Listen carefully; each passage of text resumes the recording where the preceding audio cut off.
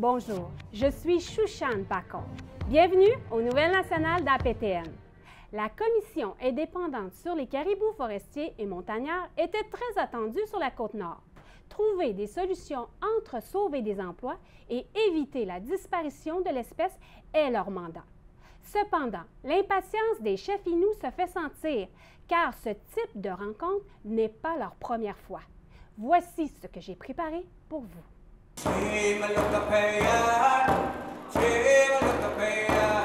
Atuk signifie le caribou en langue Innu. Pendant plusieurs générations, Atuk a permis aux Inuits de survivre aux hivers glaciaux sur le Nitassinan. Et par cette commission indépendante sur les caribous forestiers et montagnards, le temps est maintenant venu à cette nation de le défendre à son tour pour sa survie. J'ai décidé de partir, j'ai décidé de venir pour justement protéger le caribou, travailler là-dessus. Il y a 2 ans que Jean-Luc Canapé, Innu de Pessamit, vit dans son camp familial au nord de la communauté. Pour la venue des commissaires, Canapé a pris la parole en tant que gardien du territoire. En 2018, 18 caribous couchés sur le lac, au soleil, prenaient un bain de soleil. Il faisait beau, il faisait chaud, au mois de mars. J'ai arrêté, je les ai regardés. Ils m'ont regardé aussi. À ce moment-là, j'ai dit, un jour, je vais être votre porte-parole.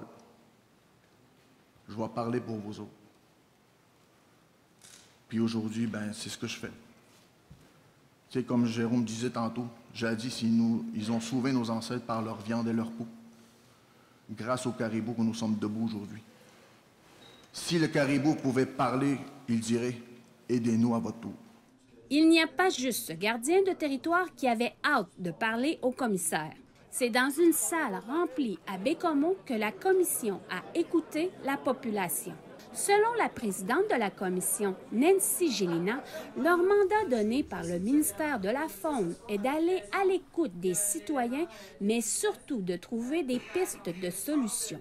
Vraiment, là, vous êtes notre plus grande foule jusqu'à présent. La majorité de l'auditoire présente sont des travailleurs de Boissaco, une compagnie forestière de la région.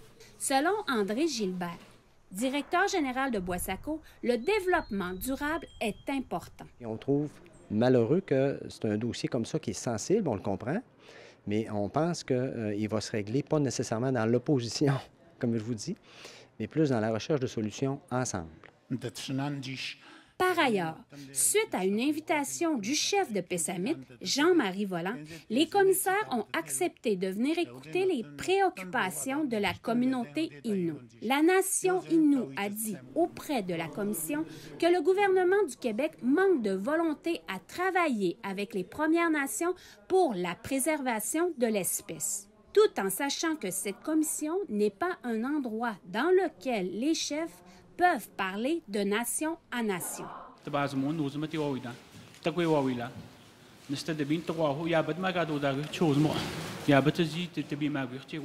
Une mise en demeure sera envoyée au gouvernement provincial pour la sauvegarde du caribou vivant sur le pic Moaguen, un projet d'aire protégé. Plusieurs chefs de la nation Innu se sont déplacés pour soutenir Pessamit. Parce qu'on parle ici de droits fondamentaux, on parle de droits sur le territoire, on parle de territoires ancestraux, on parle de pratiques traditionnelles, on parle de titres sur le territoire au sens très, très large. Et c'est justement là que le gouvernement ne veut pas aller. Maintenant que les audiences sont terminées, la commission doit faire ses recommandations au gouvernement du Québec. D'ici là, Jean-Luc Canapé peut se consoler d'avoir profité de ce moment à servir Atuk comme porte-parole. Chouchane Bacon, Nouvelle nationale d'APTN, Pessamit. Après la pause, le voyage de la gouverneure générale sur sa terre natale. Soyez là.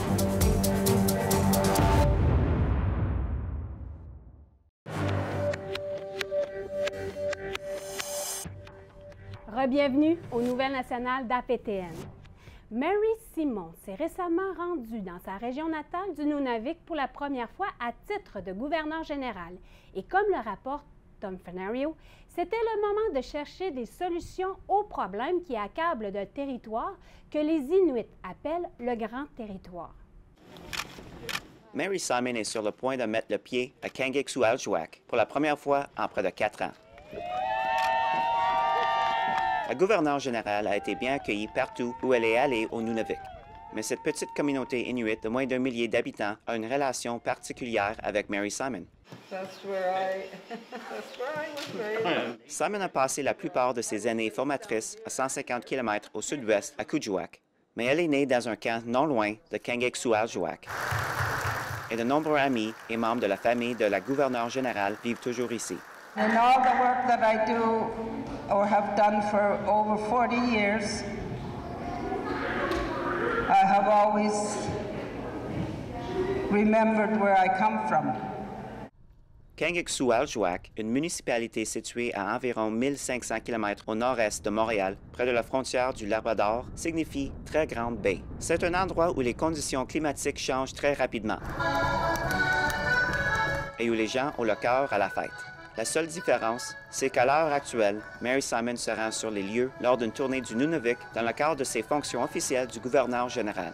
Et bien que cette visite est une façon pour les Inuits d'ici de rendre hommage à l'une des leurs, c'est aussi une occasion de discuter des défis auxquels est confrontée la communauté éloignée. Le maire de Kangiqsualujjuaq, Makumbi Ananak, ne mange pas ses mots lorsqu'il aborde les enjeux.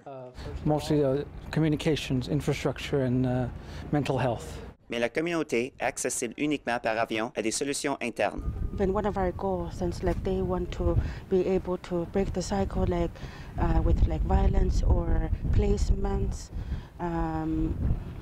because that's creating traumas over and over again. Elassie Ananak est conseillère pour la maison de la famille Hamapik. La maison Hamapik a remporté un prix Inspiration Arctique de 700 000 $ en 2016 pour son travail visant à offrir un refuge aux enfants et aux familles victimes de violences et qui connaissent d'autres difficultés à la maison. Elle offre également des services de consultation, des activités familiales et des programmes à l'intention des jeunes parents. It was like a flood of people that needed support. We know the community members, and we feel that they need the support, especially not knowing the system that we have or any other services that they deserve to have. So it's really good service because we use our language and we do them research on what we can do to help them out, for their family. Elassie Ananak indique que l'un de ses objectifs est de fournir un soutien avec l'entrée en scène du système de protection de l'enfance et le placement d'un enfant à l'extérieur. En 2018, la Régie régionale de la santé et des services sociaux indiquait qu'environ un enfant sur 3 au Nunavik entre en contact avec le système de protection de l'enfance à un moment ou un autre dans sa vie. Elassie Ananak affirme que la maison Hamapik a pris l'initiative de garder les enfants inuits avec leurs familles et de travailler en vue de trouver des solutions conçues par les Inuits pour les Inuits. There's only a few workers of youth protection that are here, so I feel that they don't have time to talk about their system or their services. So we had to find out ourselves to see what rights we have as families or individuals. La maison Hamapik a obtenu des résultats malgré le fait qu'elle est située dans un vieux bâtiment transformé qui, lors de soirées occupées, est trop petit pour répondre aux besoins de tout le monde. We were told in Kangiqsualujjuaq that, they need a bigger place and they need more resources. Avant d'être gouverneur général, Mary Simon a occupé de nombreuses fonctions. En 2017, en tant que représentante spéciale d'affaires autochtones et du Nord-Canada, elle a présenté un rapport intitulé « Un nouveau modèle de leadership partagé dans l'Arctique ». Le document sans force exécutoire contenait des dizaines de recommandations pour améliorer la vie en Arctique. Et l'un de ses principaux chevaux de bataille concernait les infrastructures. Voici la déclaration de Mary Simon lorsqu'on l'a interrogée au sujet de la mise en œuvre de ces recommandations qui remontent maintenant à 5 ans. All I can say is that I think it's really important that these agreements take place in a timely manner and that people are given proper resources to continue their work that is really important for families. Maintenant qu'elle représente la couronne, il était difficile pour elle de renoncer à son rôle de défense des intérêts. Mais cela ne veut pas dire qu'elle ne peut pas continuer à réclamer des changements. Once you're in it, you realize that Part of it is ceremonial, but there's a big part of it that isn't. And the reason I say that is that my role is to work on reconciliation. Reconciliation takes on many forms, and my role as a non-political entity or as a person is to be able to bring people together. Simon est plus qualifié que la plupart des gens pour rassembler les gens ici. Et il peut s'avérer utile de jouer une chanson pour danser à l'accordéon. Today was a day of hope. With Mary being an Inuk, that is a sign of hope that being an Inuk, you can accomplish anything in life. Mais ce n'est pas parce que Simon est Inuit qu'elle ne doit pas répondre à des questions difficiles entourant la magnifique région de Nunavik qui connaît son lot de difficultés. As Inuk youth, we don't believe there will be positive change in the north. Should we be hopeful? Une partie de la réponse à la question de ce jeune homme se trouve sur la rive et de la baie d'Hudson, où la collectivité Inukshuak se tourne vers le passé pour trouver des solutions. Simone Ohetuk prend son X-Acto le long du cuir de phoque, en s'assurant que celle-ci reste droite et à peu près la largeur d'1 pouce. La corde, explique Ohetuk, par l'intermédiaire d'un traducteur, est assez forte pour servir de laisse pour les chiens, et même tirer un phoque barbu. Ohetuk enseigne cette technique à un groupe de jeunes hommes et de garçons, ainsi qu'un invité spécial. La gouverneure générale Mary Simon est sur place le quart de sa tournée. Hey, I asked him when and how and why they stopped making a sealskin rope and when, and his response is when we lost our dogs, that's when we stopped using it. Comme l'explique ce documentaire, L'écho du dernier cri, entre 1950 et 1960, la GRC a entrepris un massacre de chiens mandatés par le gouvernement en raison de prétendues préoccupations relatives à la maladie et au contrôle de la population. Les Inuits n'ont pas été consultés avant l'abattage, qui a durement touché le mode de vie des Inuits de la communauté des Nukchuak et ailleurs au Nunavik. Those hard days when they really admire the dogs and live with the dogs, and when that was removed, the big chunk of their culture identity was removed. Mary Simon visite UNAC Men's Association, où a lieu cette démonstration de fabrication de cordes en cuir de phoque. I don't think there's any other better time to learn from the elders now, because as the elders are passing away, so is our history, so is their stories. Depuis sa création en 2001, la mission de UNAC Men's Association est d'offrir le temps et l'espace nécessaires pour permettre aux aînés de transmettre leur savoir. L'objectif n'est pas seulement d'aider les garçons et les jeunes hommes à accueillir les compétences nécessaires pour chasser, mais aussi de leur insuffler un sentiment de fierté et d'utilité. We first started because there was a lot of social issues, first of all, a lot of unfortunate suicides, a lot of social issues. So we band together as men, first started off as a small men's group, and we just grew from there. En raison d'événements traumatisants comme le massacre des chiens, les pensionnats et la colonisation, les Inuits du Nunavik sont aux prises avec de graves problèmes de violence, d'abus d'alcool et de drogue et de suicide depuis des générations. Des groupes comme UNAC Men's Association affirment que la protection de la culture inuite fait partie de la solution. Pour Mary Simon, il y a une expression en Inuktitut qui résume la philosophie des programmes comme UNAC Men's Association. Ayuinata, which means never to give up, no matter how difficult it is. I remember hearing this word when I was growing up, when people were challenged with different things. My grandmother was one of them that said that, and people used to say ayuinata, and it's a very important word in our culture. Pendant ce temps, de retour à Inukchuak, une communauté d'environ 1800 personnes qui a récemment retrouvé quelque chose qu'elle croyait avait perdu depuis longtemps. Before we didn't have any dog teams, for the longest time, for maybe 10, 15 years. Now we have 8 dog teams in our community, and these are young men growing with their dogs as well and providing, for their community. Étant donné que toute une génération a été traumatisée, lorsque la population de Husky a été anéantie, il y a des décennies. Le fait de pouvoir de nouveau compter sur une équipe de traîneaux à chiens est un acte de résilience et de guérison. As much as we talk about the difficulties that communities are facing, there's also things that have happened that are good for the communities.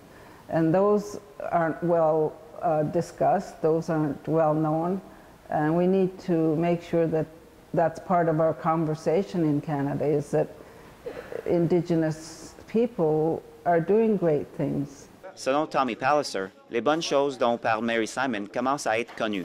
Au cours des 2 dernières années, 2 collectivités au sud de Nukushwak ont créé leur propre version de UNAC Men's Association. I think it's going to be important, for all the communities to develop their men's association so we can have a network to share our challenges, our issues, and also our ideas on how we can better support the young men. Alors que Mary Simon s'apprête à quitter le Nunavik une fois de plus pour se rendre à Rideau Hall, elle peut au moins avoir confiance en une chose.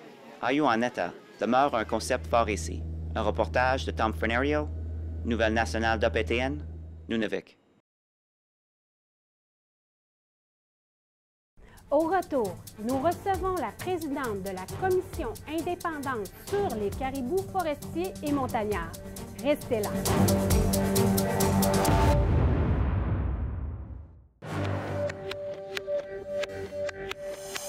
Re-bienvenue aux Nouvelles nationales d'APTN.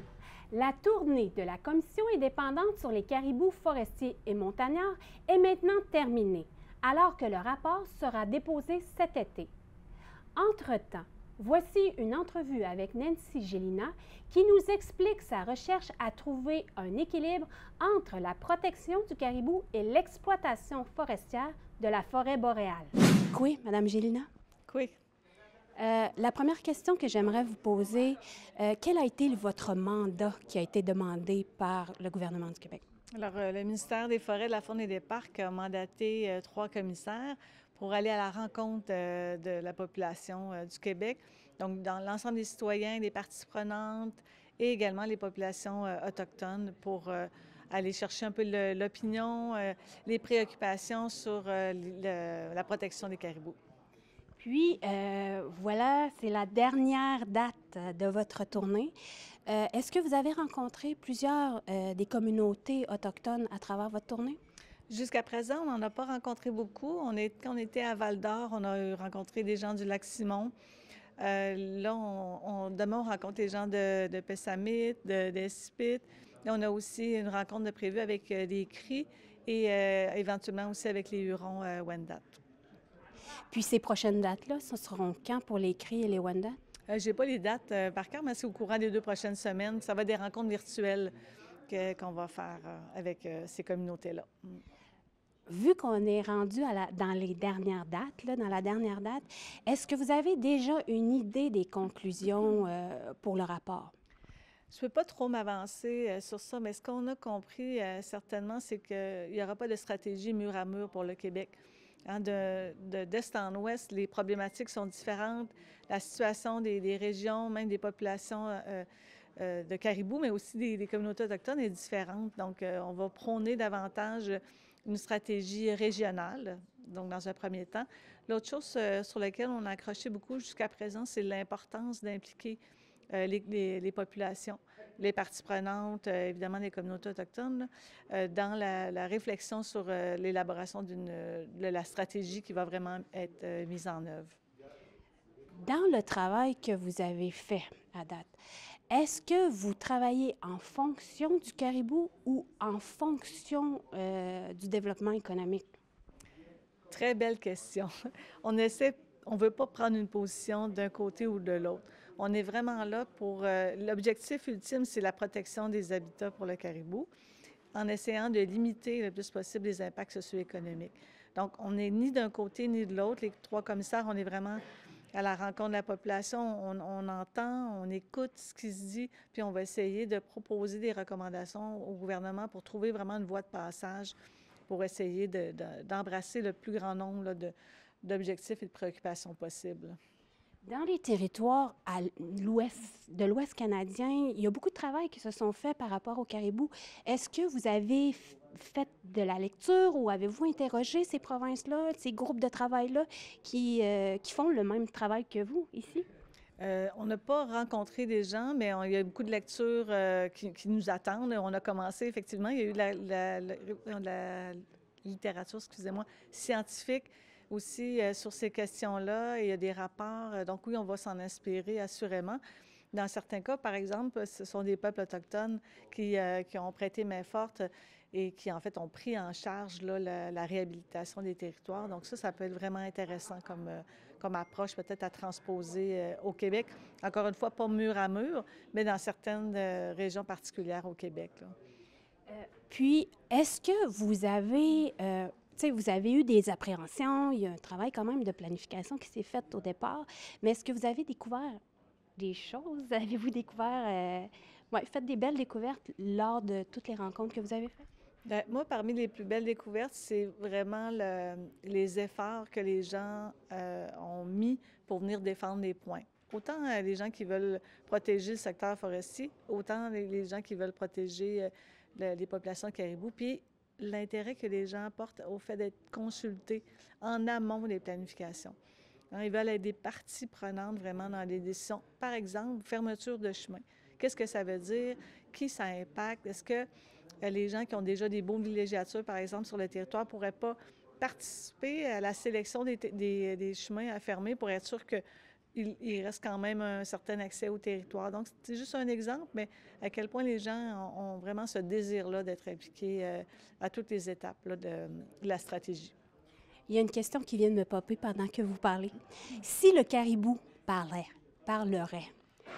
à la fin de votre rapport, parce que nous, chez les Inuits, il y a l'esprit du caribou qui est super important.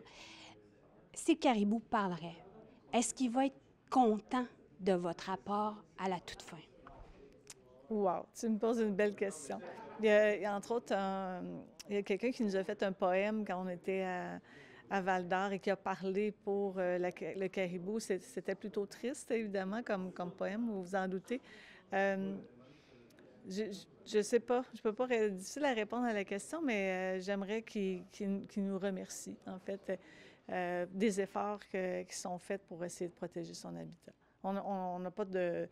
On ne peut pas savoir quels seront les résultats ultimes et est-ce que tous les efforts qui vont être investis vont donner des résultats à moyen et à long terme, mais à tout le moins de le considérer comme un être vivant, comme un esprit présent sur le territoire. Alors, c'est ce que je souhaiterais, mais une bonne question. Puis, avant de conclure l'entrevue, est-ce que vous voulez ajouter autres commentaires supplémentaires? Peut-être juste remercier, parce qu'au départ, les Premières Nations avaient vraiment indiqué qu'ils n'étaient pas intéressés à participer à la commission, parce que pour eux, puis je le comprends, ce n'est pas la voie officielle. Hein? On ne parle pas de nation à nation. Par contre, ils ont été assez ouverts et gentils, là, d'accepter de nous parler, de nous rencontrer, de nous partager vraiment leurs préoccupations. Mais on est vraiment conscient que c'est un geste d'ouverture, une main tendue et non pas une négociation ou même une consultation officielle que l'on va faire avec les premiers peuples. Dans ma langue, Tchinishkimadin. Merci beaucoup. Yamé. Merci. C'est ce qui conclut le bulletin de nouvelles nationales d'APTN. Je suis Chouchane Pacon. Merci beaucoup d'avoir été des nôtres. Prenez soin de vous et à la semaine prochaine. Yamé Wemsish.